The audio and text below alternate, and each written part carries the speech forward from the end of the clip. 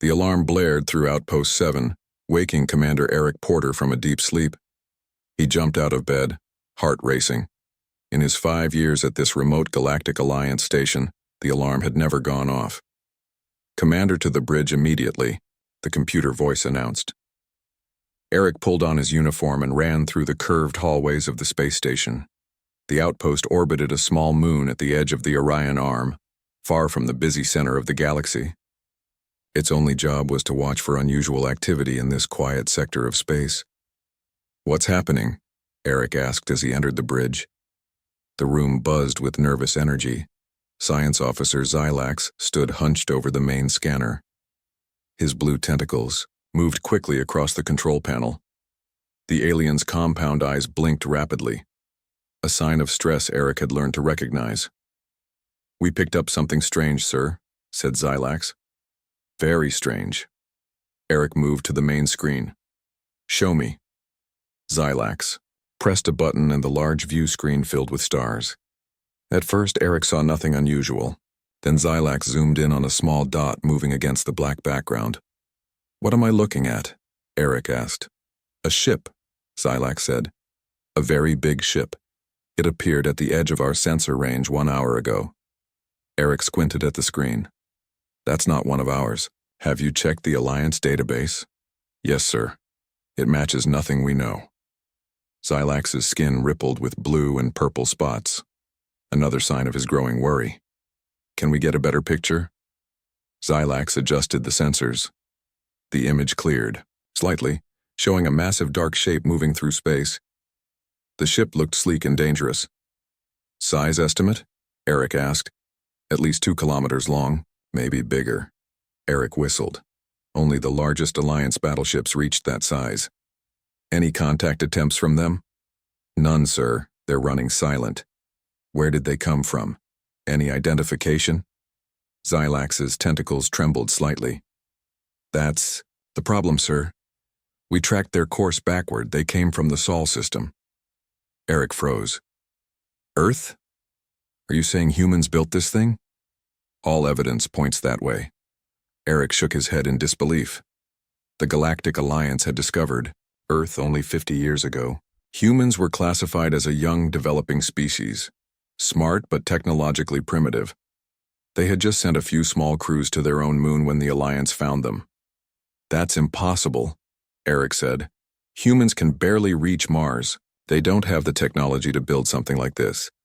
Officer Ben Rivera, the human specialist on the station, joined them at the console. "Sir, the last report on Earth's space capability was 3 years ago. They had a small base on their moon and were planning a Mars colony." "Then how do you explain this?" Eric pointed at the screen. Ben shook his head. "I can't. It would take them hundreds of years to develop this kind of technology. Something doesn't add up." The ship on the screen continued its steady movement. As the sensors gathered more data, the image became clearer. The vessel was black as space itself, with strange lines running along its hull that glowed with a faint blue light. Large circular ports lined its sides. "Weapon ports," Eric guessed. "What's its course?" Eric asked. Xylax checked the navigation computer. "It's heading toward the Antares sector." Eric felt his stomach drop. "There are 3 developing worlds under Alliance protection in that sector." "Yes, sir. At current speed, they'll reach the first planet in 6 days." Eric watched the mysterious ship for a long moment. "Are they transmitting anything? Any signals at all?" "Nothing we can detect," Ben replied. "They're completely silent." "Keep scanning. I want to know everything about that ship. Energy readings, weapon capabilities, life signs, everything." "Sir?" Xylax said hesitantly. "There's something else you should know." "What?" "It's not alone." Xylax adjusted the view, zooming out from the large ship. Behind it, barely visible at first, flew a formation of smaller vessels. They moved in perfect harmony with the larger ship. "How many?" Eric asked, his voice barely above a whisper. "We've counted 73 so far," Xylax replied, "and more keep appearing as they enter our sensor range." Eric stared at the screen in shock. "A fleet! The humans built a fleet!" "What do we do, sir?" asked Ben. Eric straightened his uniform. First we confirm it's really humans, then we alert Alliance headquarters. If Earth has somehow developed this level of technology, the Council needs to know immediately. And if they're hostile? Silax asked. Eric had no answer for that. The Alliance had strict rules about first contact with new species. They observed from a distance, studied, and only made contact when a civilization reached certain technological milestones. Earth wasn't supposed to reach those milestones for centuries. Begin deep scans, Eric ordered. Look for life signs that match human patterns. The bridge crew worked quickly. Minutes ticked by as the scanners probed the distant fleet. Sir, scan. Complete, Silax announced. Life sign analysis confirms human biological patterns aboard all vessels. Eric shook his head in disbelief. How? How did they advance so quickly? Sir, Ben called out suddenly. The main ship is changing course.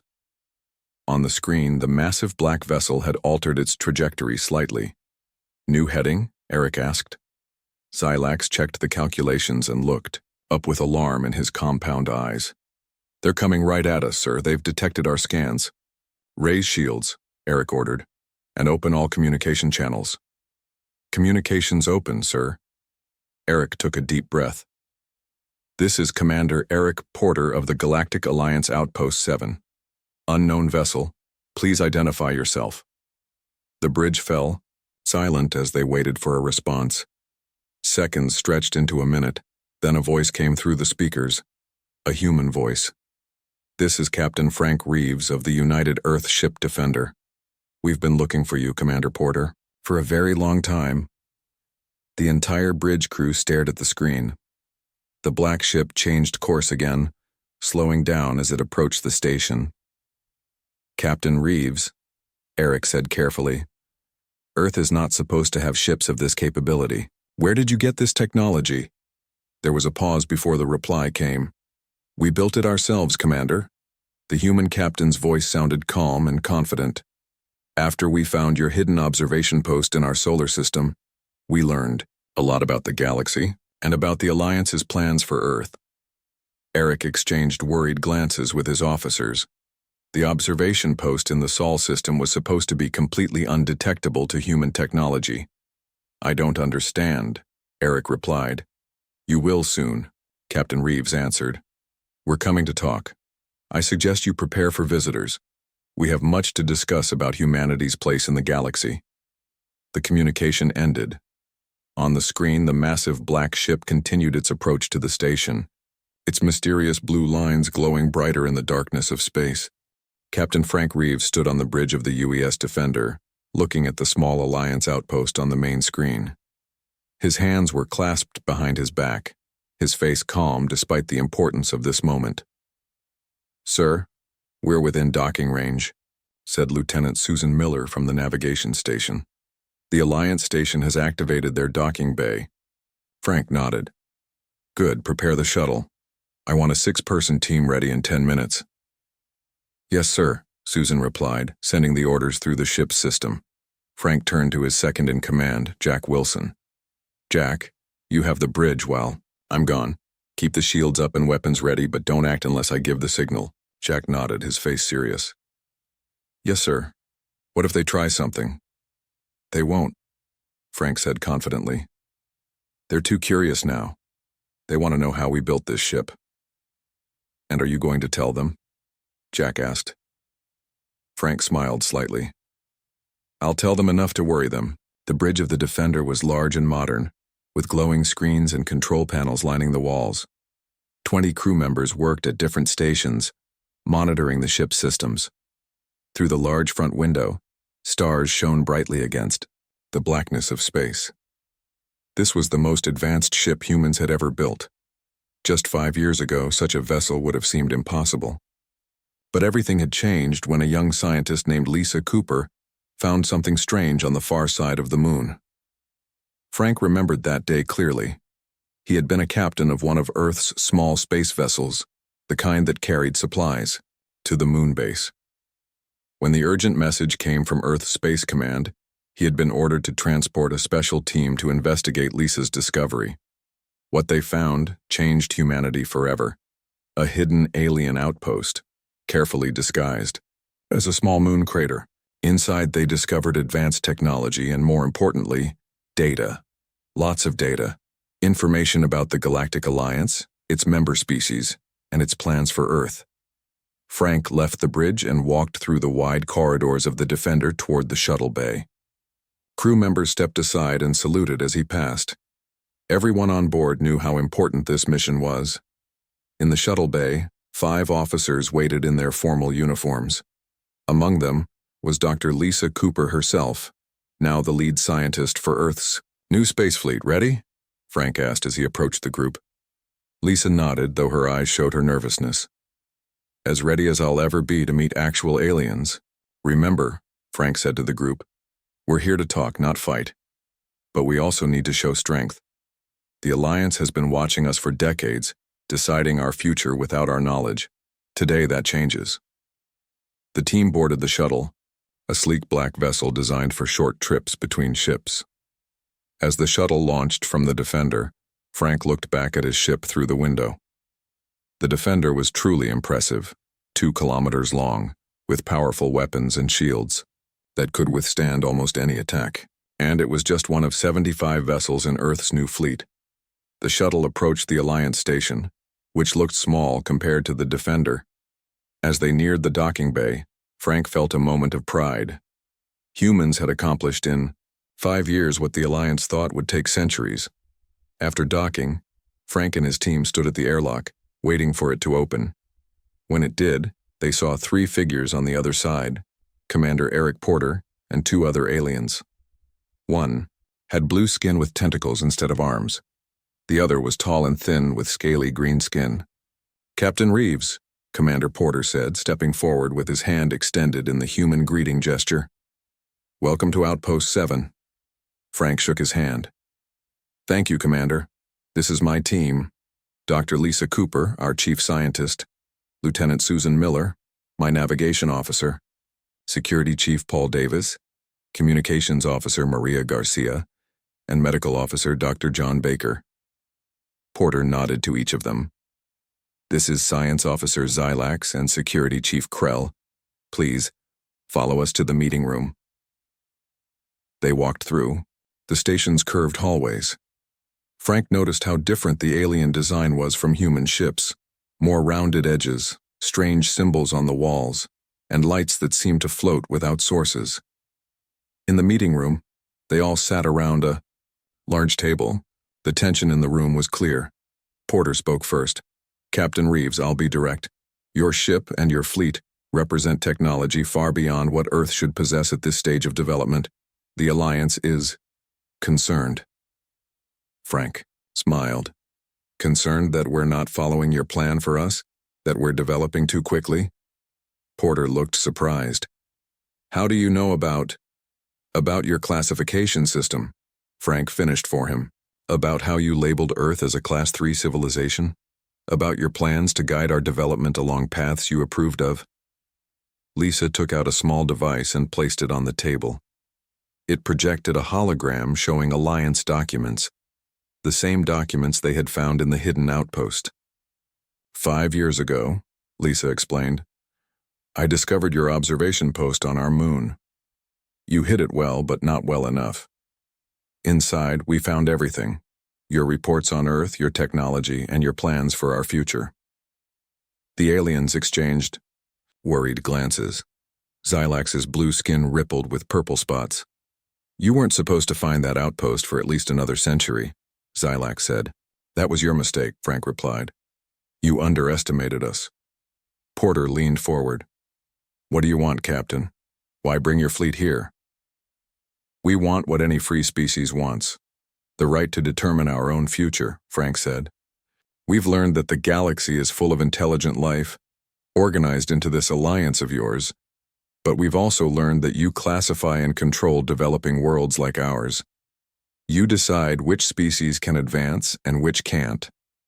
The classification system exists for good reasons, Porter argued.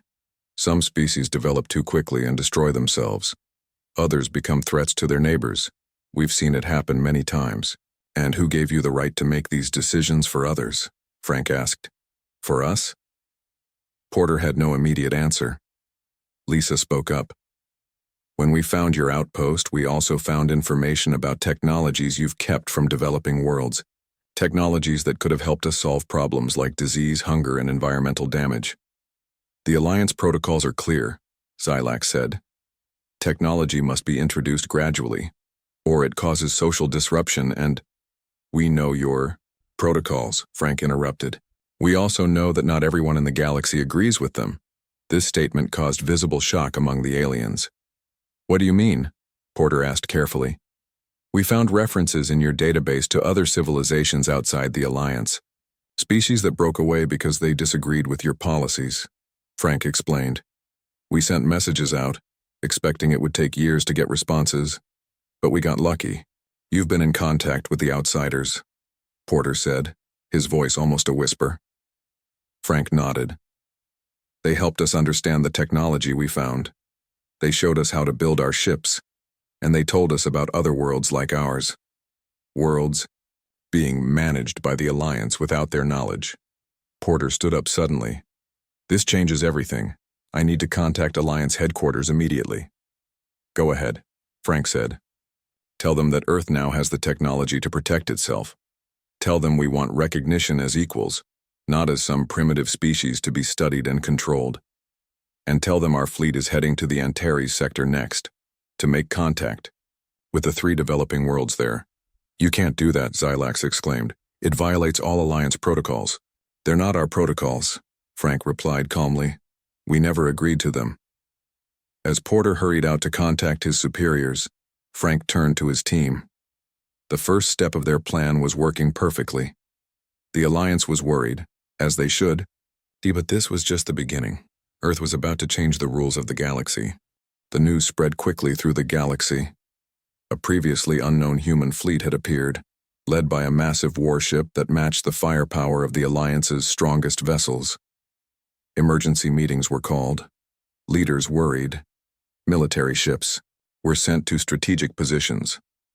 On the Alliance's central planet, Proxima Prime, the High Council gathered in their grand chamber. 22 representatives from the most powerful species in the Alliance sat around a circular table. The room buzzed with nervous conversation. High Counselor Dex, a tall being with golden skin who had led the council for over 30 years, called for silence. We face an unprecedented situation, Dex said, his deep voice filling the room. The humans of Earth have somehow advanced far beyond our projections.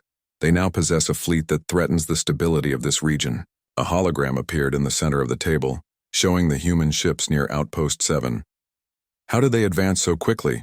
Asked Counselor Talia, who represented a species of bird-like beings. This should have been impossible. They found one of our observation posts, replied Admiral Corlin, the head of Alliance military forces, his gray, scaly skin wrinkled with concern. Worse, they've been in contact with the outsiders.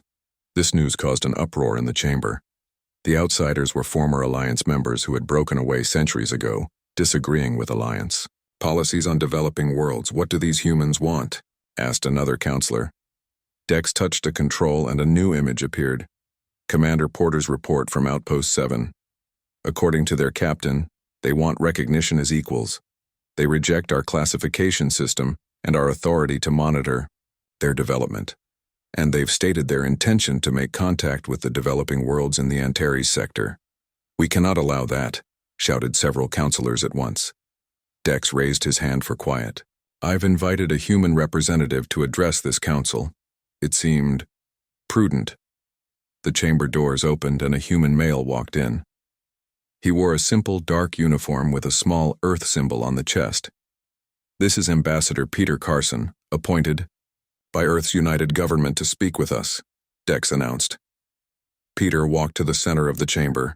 He looked calm despite standing before the most powerful leaders in the known galaxy. Thank you for allowing me to speak, Peter began. I understand our sudden appearance has caused concern. Concern? Admiral Corlin interrupted. Your fleet threatens the very balance of power in this sector. You possess technology you should not have. You've violated numerous Alliance protocols. Peter smiled slightly. Protocols we never agreed to. Earth was never asked if we wanted to be classified or observed. You made those decisions without our knowledge or consent. It is the way things have always been done, Counselor Talia said. New species must be guided carefully into the galactic community. Guided? Peter raised an eyebrow.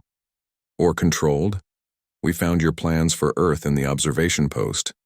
You intended to slow our technological development in certain areas, especially weapons and space travel. You planned to direct our society toward paths you approved of. For your own good, Dex said firmly. Many species develop too quickly and destroy themselves or become threats to others. Peter looked around the room. And who gave you the right to make these decisions for us? For any developing world? The counselors shifted uncomfortably. This question challenged thousands of years of alliance policy. What exactly does Earth want? Dex asked finally. 3 things, Peter replied.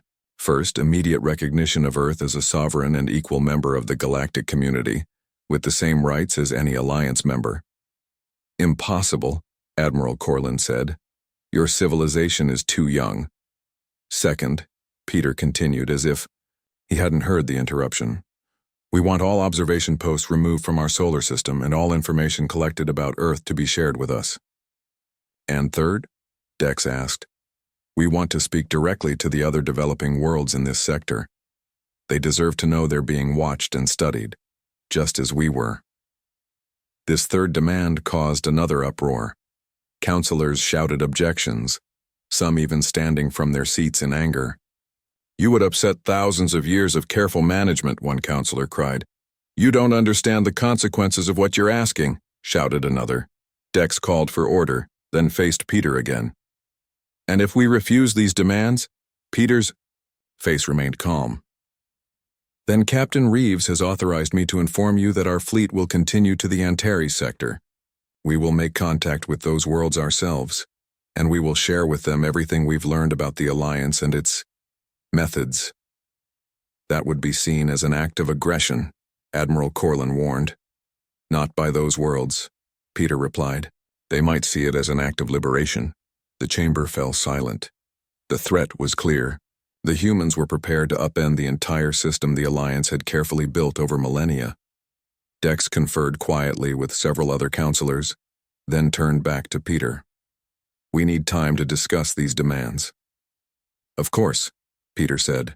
Captain Reeves has agreed to hold our fleet's position for 48 hours while we talk. After that, he left the sentence unfinished. As Peter was escorted out of the chamber, the debate among the counselors grew heated. Some argued for military action to stop the human fleet. Others suggested negotiation. A few even whispered that perhaps the humans had a point. The classification system had gone unchallenged for too long. In a private room next to the main chamber, Peter met with a small group of Alliance representatives who had been assigned to work out a possible agreement. Your demands are extreme, said a female representative named Lyra. Her skin shimmered with a blue glow as she spoke. You must understand how disruptive this would be. We understand perfectly, Peter replied, but humans won't accept being treated as lesser beings. We've spent too much of our own history fighting against such treatment. Another representative, a small being with 4 arms named Zik, asked, How did you build such advanced ships so quickly? Even with help from the outsiders, it should have taken decades, Peter smiled. That's one thing you might appreciate about humans. When we work together toward a common goal, we can accomplish amazing things very quickly.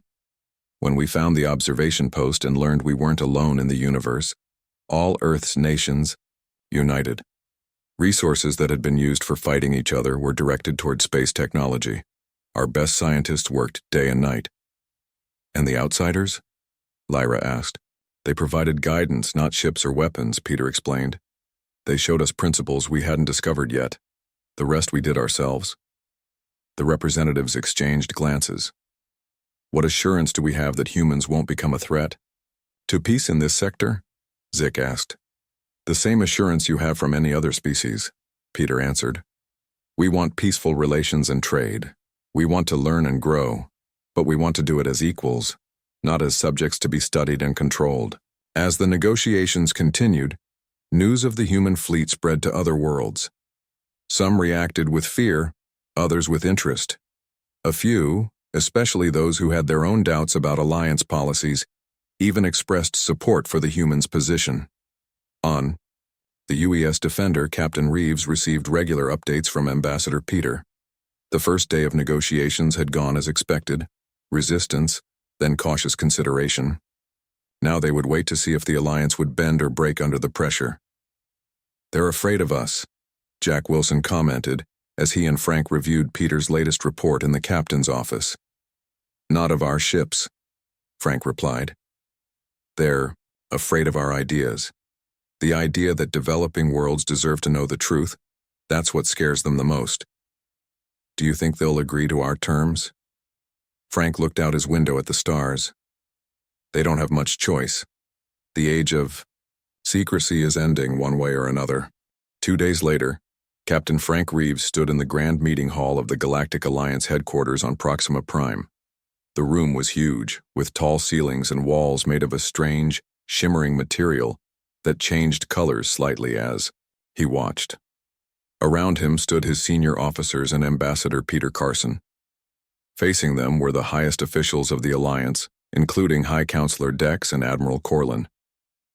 "The Council has reached a decision," Dex announced, his golden skin reflecting the room's soft light. "After much debate, we have agreed to most of your terms." Frank kept his face calm, but inside he felt a surge of triumph. The gamble had worked. "Earth will be recognized as a sovereign power," Dex continued. "All observation posts in your solar system will be removed, and the data collected will be shared with your government." "And the third condition?" Peter asked. "Contact with the developing worlds in the Antares sector?" Dex frowned slightly. "This is more complicated. We propose a compromise, a joint mission. Alliance and Earth representatives together will visit these worlds. We will explain our past methods and introduce a new approach." Frank and Peter exchanged glances. It wasn't everything they had demanded, but it was a major victory. "We accept your compromise," Peter said formally. "Admiral," Corlin stepped forward, "there is one more condition. We request that you share the source of your technology. Not everything, but enough for our scientists to understand how you advanced so quickly." Frank smiled. "I believe Dr. Lisa Cooper can help with that. She led our development efforts." Lisa, who had been standing quietly with the other Earth officers, stepped forward. "I'd be happy to meet with your science team," she said, "though I should point out that most of our advances came from studying your own technology and applying human methods to it." "Human methods?" asked a tall, thin alien with bright green eyes who had been introduced as the science minister. "Call it thinking outside the box," Lisa explained with a slight smile. "When we look at a problem, we don't just follow the established paths. We try new approaches, combine ideas in ways that might seem strange at first. This is why your species was classified as unpredictable," Dex commented, "and why some in the Alliance feared your development." "Fear of the unknown is natural," Frank said, "but it shouldn't be used to hold others back." The formal signing ceremony took place an hour later. Representatives from Earth and the Alliance signed the new treaty, which was being called the Earth Accord. It recognized Earth as a full and equal member of the galactic community, with all the rights that came with that status. After the ceremony, a reception was held in a large garden area. Strange plants with glowing flowers lined the paths, and the sky above showed 3 moons in different phases. Commander Eric Porter approached Frank as he stood near a fountain made of floating water droplets. "I still can't quite believe how quickly things have changed," Porter said. "A week ago, Earth was just another developing world to be observed from a distance." Frank smiled. "And now?" "Now you've changed the way the Alliance will interact with all developing worlds. The Council is already discussing reforms to the classification system." "Good," Frank said.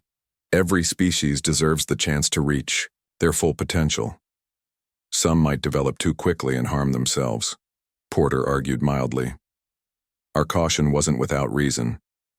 "True," Frank admitted. "But hiding the truth from them isn't the answer. Information, guidance, open contact. These are better approaches than secret observation and manipulation. Porter nodded thoughtfully. Perhaps you're right. I've been assigned to the joint mission to the Antares sector. It will be interesting to see how those worlds react to learning they're not alone in the universe.